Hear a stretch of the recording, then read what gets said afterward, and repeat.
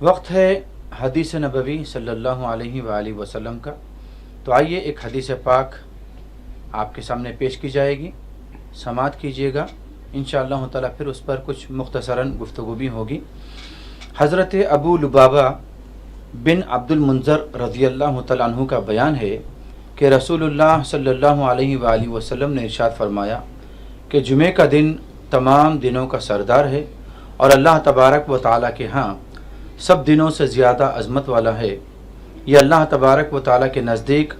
قربانی اور عید الفطر کے دن سے بھی عظیم ہے۔ اس کی 5 خوبیاں ہیں۔ اسی دن میں اللہ تبارک و تعالیٰ نے حضرت آدم علیہ السلام کو پیدا فرمایا،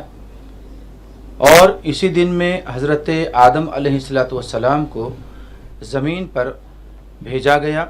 اور اسی دن حضرت آدم علیہ السلام نے وصال پایا۔ اس میں ایک وقت ایسا ہے کہ جس میں بندہ اللہ تبارک و تعالیٰ سے کوئی چیز مانگتا ہے تو اللہ تبارک و تعالیٰ اسے ضرور عطا فرماتا ہے، بشرطے کہ وہ حرام کا سوال نہ ہو، اور اسی میں قیامت برپا ہوگی، یعنی اسی دن میں جمعے کے دن ہی قیامت آنے والی ہوگی۔ ہر مقرب فرشتہ، آسمان و زمین، ہوا، پہاڑ اور سمندر جمعے کے دن خطرہ محسوس کرتے ہیں۔ اس حدیث کو امام ابن ماجہ نے سند حسن کے ساتھ روایت کیا ہے۔ ناظرین، یہ تو حدیث پاک آپ کے سامنے ہو گئی جمعے کے بارے میں۔ جمعے کے ہی کے بارے میں قرآن پاک میں اللہ تبارک و تعالیٰ نے اس کی فضیلت اور عظمت کو بیان فرمانے کے لیے ارشاد ربانی اللہ تبارک و تعالیٰ نے ارشاد فرمایا ہے کہ یا ایھا الذین آمنوا اذا نودی للصلاۃ من یوم الجمعہ فاسعوا الی ذکر اللہ وذروا البیع ذالکم خیر لکم ان کنتم تعلمون، یعنی اے ایمان والو، جمعے کے دن نماز کی اذان دی جائے تو تم اللہ تبارک و تعالیٰ کے ذکر کی طرف یعنی نماز کی طرف دوڑے چلے آؤ اور خرید و فروخت کو چھوڑ دو، یہ تمہارے حق میں بہتر ہی ہے، بہت زیادہ بہتر ہے اگر تم جانتے ہو۔ معلوم ہوا کہ جمعے کے دن جب اذان نماز دی جائے تو بندے کو تمام اپنی مصروفیات کو چھوڑ کر اللہ تبارک و تعالیٰ کی جانب رجوع ہو جانا چاہیے، اللہ تعالیٰ کی عبادت کی طرف دوڑ لگانی چاہیے تاکہ اللہ کا زیادہ سے زیادہ فضل حاصل ہو، کیونکہ جمعے کے دن خاص رحمتوں کا نزول بھی ہوتا ہے۔ آئیے جمعے کے دن کے تعلق سے ایک بات ہم یہ بھی جانیں کہ کیا کیا چیزیں جمعے میں کرنا سنت ہوں گی۔ فرمایا گیا غسل کرنا جمعے کے دن یہ سنت ہے، اور فرمایا گیا کہ اچھے اور صاف کپڑے پہننے چاہیے، مسجد میں جلد جانے کی فکر کرنی چاہیے مرد حضرات کے لیے، اور مسجد کو پیدل جانا چاہیے،